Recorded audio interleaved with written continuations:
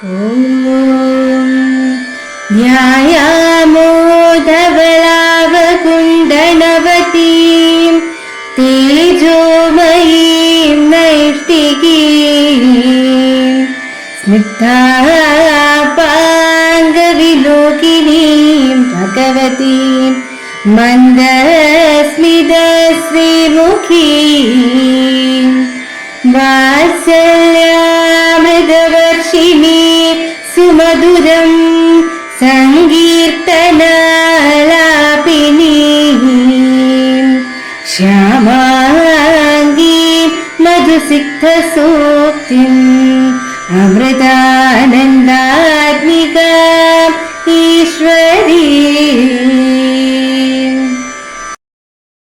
ഗജാനനം ഭൂതഗണാതിസേവിതം കവിത്തജംബൂഫലസാരഭക്ഷിതം ഉമാസുതം ശോകവിനാശകാരണം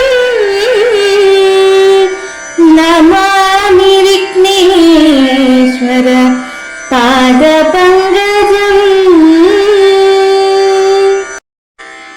കൂജന്തം രാമ രാമേതി മധുരം മധുരാക്ഷരം ആരുഹ്യ കവിതാശാഖാം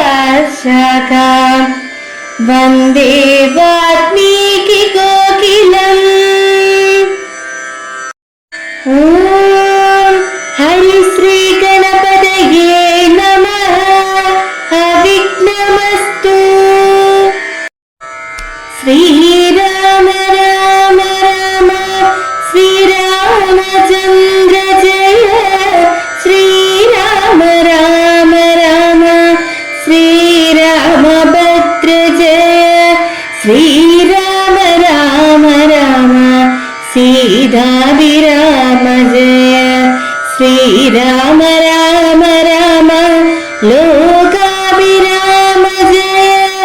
ശ്രീരാമ രാമ രാമ രാവണാന്തക രാമ. ശ്രീരാമ മമ ഹൃദി രമതാം രാമ രാമ. ശ്രീരാഘവാത്മാ രാമ. ശ്രീരാമ രമാപതി. ശ്രീരാമ രമണീയ വിഗ്രഹ നമോസ്തുതേ. ശ്രീരാമ രമണീയ വിഗ്രഹ നമോസ്തുതേ. നാരായണായ നമോ നാരായണായ നമോ നാരായണായ നമോ നാരായണായ നമ. നാരായണായ നമോ നാരായണായ നമോ നാരായണായ നമോ നാരായണായ നമ. ശ്രീരാമനാമം പാടി വന്ന പൈങ്കിളിപ്പെണ്ണേ, ശ്രീരാമചരിതം നീ ചൊല്ലിടുമടിയാതെ. ശാരിക പൈതൽ താനും വന്ദിച്ചു വന്യന്മാരെ. ശ്രീരാമസ്മൃതിയോടെ പറഞ്ഞു തുടങ്ങിന. രാമനും മായാമൃഗവേഷത്തെ കൈക്കൊണ്ടൊരു കാമരൂപിണം മാരീചാസുരമേതുകുന്നു. വേഗേന നടകൊണ്ടാനാശ്രമം നോക്കി പുനരാഗമക്കാതലായ രാഘവൻ തിരുവടി. 4-5 ശരപ്പാട് നടന്നോരനന്തരം ബാലകൻ വരവീശദൂരവേ കാണായി വന്നു. ലക്ഷ്മണൻ വരുന്നത് കണ്ടു രാഘവൻ താനും കാമ്പിൽ നിരൂപിച്ചു കൽപ്പിച്ചു കരണീയം. ലക്ഷ്മണനീതും അറിഞ്ഞീലല്ലോ പരമാർത്ഥം. ഇക്കാലം ഇവനെയും വഞ്ചിക്കുന്നതേ വരൂ. രക്ഷോനായകൻ കൊണ്ടുപോയതു മായാ സീതാ ലക്ഷ്മി ദേവിയെയുണ്ടോ മറ്റാർക്കും ലഭിക്കുന്നു.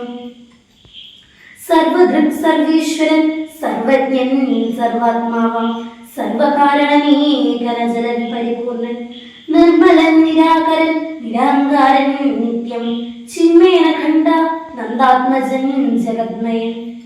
മായയാ മനുഷ്യഭാവേന ദുഃഖിച്ചിടിനാൻ. മായാ മനുഷ്യൻ മൂഢാത്മാക്കളെ ഒപ്പിപ്പാനായി തത്വജ്ഞാനന്മാർക്കു സുഖദുഃഖ ഭേദങ്ങളൊന്നും ചിത്തേ തോന്നുകയുമില്ല ജ്ഞാനമില്ലാകിയാൽ. ഓം അമൃതേശ്വരി നമഃ. ആരണ്യകാണ്ഡത്തിലെ സീതാന്വേഷണ ഭാഗമാണ് ഇന്നിവിടെ പാരായണം ചെയ്തത്. സീതാദേവിക്ക് മുന്നിൽ മായാമൃഗമായി വേഷം കെട്ടി വന്ന മാരീചൻ എന്ന അസുരനെ അമ്പെയ്ത് കൊന്ന ശേഷം ആശ്രമത്തിലേക്ക് തിരിച്ച് രാമൻ 4-5 ശരപ്പാട് നടന്നപ്പോഴേക്കും അനുജനായ ലക്ഷ്മണൻ തന്റെ സമീപത്തേക്ക് വരുന്നത് കണ്ടു.